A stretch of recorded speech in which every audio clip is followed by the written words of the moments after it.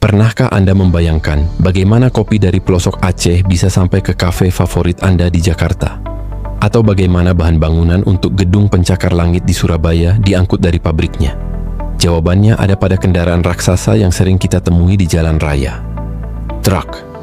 Truk adalah tulang punggung ekonomi Indonesia. Dari membawa hasil bumi di masa kolonial hingga menggerakkan logistik nasional hari ini, truk punya perjalanan panjang dan penuh cerita di negeri ini.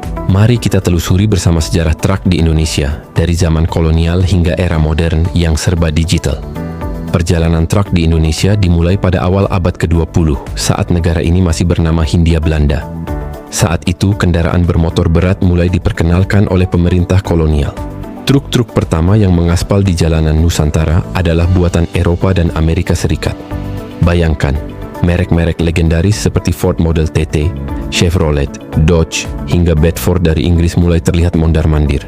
Fungsinya sangat vital, mengangkut hasil bumi yang melimpah seperti kopi, karet, dan tebu dari perkebunan di pedalaman menuju pelabuhan-pelabuhan besar seperti Batavia, Surabaya, dan Semarang untuk diekspor. Namun perjalanannya tidak mudah. Kondisi jalan saat itu masih berupa tanah dan kerikil, membuat truk sering rusak di tengah jalan. Suku cadang dan mekanik pun sangat langka. Oleh karena itu, kepemilikan truk di masa ini sangat terbatas, hanya untuk pemerintah kolonial dan perusahaan-perusahaan perkebunan besar. Babak baru dimulai ketika Jepang menduduki Indonesia dari tahun 1942 hingga 1945. Truk beralih fungsi menjadi alat transportasi utama untuk kebutuhan perang tentara Jepang. Merek-merek asal negeri matahari terbit seperti Isuzu, Hino, dan Nissan Diesel pun mulai membanjiri Indonesia. Setelah Indonesia memproklamasikan kemerdekaannya pada tahun 1945, babak sejarah truk pun berubah. Banyak truk bekas perang peninggalan Jepang yang diambil alih dan dimanfaatkan kembali oleh rakyat serta pemerintah yang baru terbentuk. Truk-truk ini, yang sering dijuluki truk hasil rampasan Jepang, menjadi pahlawan tanpa tanda jasa. Mereka berperan krusial dalam mengangkut bahan pangan, logistik perjuangan, dan hasil bumi selama masa revolusi kemerdekaan. Di masa sulit itu, truk menjadi simbol perlawanan dan semangat rakyat Indonesia dalam membangun kembali ekonomi bangsa dari nol. Memasuki era pembangunan nasional di bawah kepemimpinan Presiden Soekarno dan awal pemerintahan Presiden Soeharto, Indonesia mulai berbenah. Proyek-proyek infrastruktur berskala besar digalakkan, dan tentu saja kebutuhan akan kendaraan pengangkut meningkat tajam. Pemerintah pun membuka keran impor untuk kendaraan niaga berat. Inilah momen masuknya berbagai merek truk dari seluruh dunia. Dari Jerman, hadir Mercedes-Benz dan MAN yang gagah. Namun yang paling mencuri perhatian adalah truk-truk dari Jepang. Merek seperti Hino, Isuzu, Mitsubishi Fuso, dan Nissan Diesel dengan cepat diterima oleh pasar Indonesia. Alasannya sederhana, mereka tangguh, irit bahan bakar, dan sangat cocok dengan kondisi medan di Indonesia yang beragam. Truk-truk Jepang ini menjadi tulang punggung utama dalam proyek-proyek pembangunan raksasa, mulai dari pembuatan jalan raya, bendungan, hingga pengangkutan hasil tambang dan industri. Di periode inilah, bengkel-bengkel besar dan agen distributor resmi mulai bermunculan, menjadi cikal bakal industri otomotif truk modern di tanah air. Era 1970-an hingga 1990-an bisa dibilang sebagai masa keemasan truk Jepang di Indonesia. Mereka benar-benar merajai jalanan Nusantara. Siapa yang tidak kenal Mitsubishi Fuso Colt Diesel FE?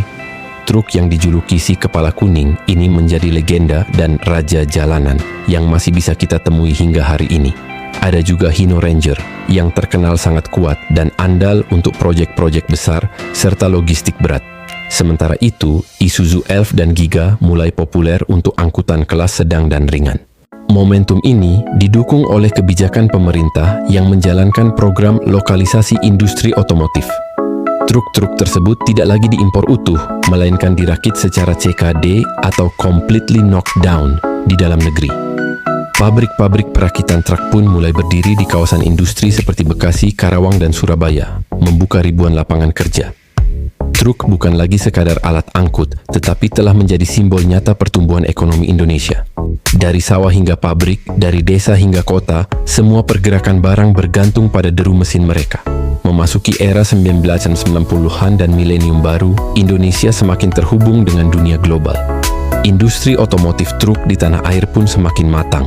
Teknologi mesin diesel menjadi lebih canggih dan efisien. Kabin truk dirancang lebih nyaman untuk pengemudi, dan ketersediaan suku cadang membuat perawatannya semakin mudah. Persaingan pun semakin ketat. Selain dominasi merek Jepang, truk-truk dari benua lain mulai masuk meramaikan pasar.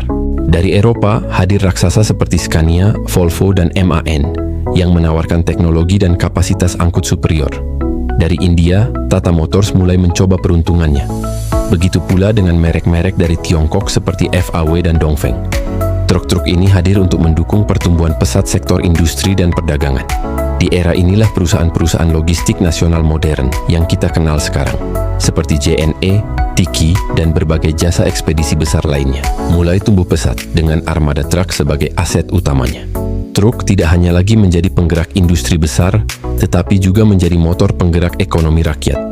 Kini, kita berada di era digital, di mana teknologi mengubah segalanya, termasuk dunia pertrukan di Indonesia.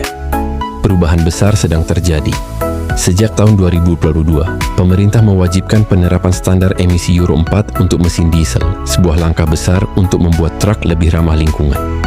Di sisi operasional, teknologi digital telah menjadi standar baru. Penggunaan GPS tracking untuk memantau posisi truk, sistem fleet management, untuk mengelola puluhan bahkan ratusan armada, hingga kemunculan aplikasi logistik online seperti Delivery, Lalamove, dan GoBox, telah merevolusi cara kerja industri ini. Bahkan, kita sudah mulai melihat pengenalan truk listrik dan hybrid, seperti Hino Dutro Z EV dan Mitsubishi Fuso e-Canter, sebagai jawaban atas tantangan masa depan. Teknologi keselamatan seperti rem otomatis, sistem sensor, dan telematika juga mulai diterapkan pada truk-truk modern. Namun, modernisasi bukan satu-satunya cerita. Di sisi lain, muncul sebuah budaya baru yang unik di kalangan para pengemudi truk. Komunitas-komunitas pecinta truk tumbuh subur di seluruh Indonesia. Truk tidak lagi hanya menjadi alat kerja, tetapi juga kanvas berjalan. Desain dan lukisan kreatif yang menghiasi bak truk, sering disebut truk seni jalanan, menjadi pemandangan yang menghibur. Bahkan, festival dan kontes modifikasi truk kini rutin diadakan, menjadi ajang unjuk kreativitas dan kebanggaan. Jadi, apa sesungguhnya peran truk bagi Indonesia? Ia lebih dari sekadar kendaraan besar yang melintas di jalan. Truk adalah penopang utama logistik nasional, menjadi jembatan yang menghubungkan petani di desa, pabrik di kota, hingga pelabuhan untuk ekspor. Truk adalah penggerak ekonomi rakyat dari usaha kecil menengah yang mengirimkan produknya hingga perusahaan raksasa yang menopang perdagangan internasional. Dan yang terpenting, truk adalah simbol kerja keras. Karena di balik setiap perjalanan panjang, di balik setiap muatan berat, ada para sopir truk yang berjuang tanpa lelah, menembus malam dan panasnya siang, untuk memastikan roda ekonomi bangsa ini terus berputar. Dari jalanan tanah di zaman kolonial hingga jalan tol modern di era digital, truk selalu menjadi saksi bisu perjalanan pembangunan Indonesia. Ia bukan sekadar kendaraan, tapi simbol ketangguhan, kegigihan, dan kerja keras bangsa ini. Terima kasih telah menonton perjalanan kita menelusuri sejarah truk di Indonesia. Jika Anda menyukai konten seperti ini, jangan lupa untuk menekan tombol like, bagikan video ini, dan tentu saja subscribe ke channel kami agar tidak ketinggalan cerita-cerita menarik lainnya. Sampai jumpa di video berikutnya.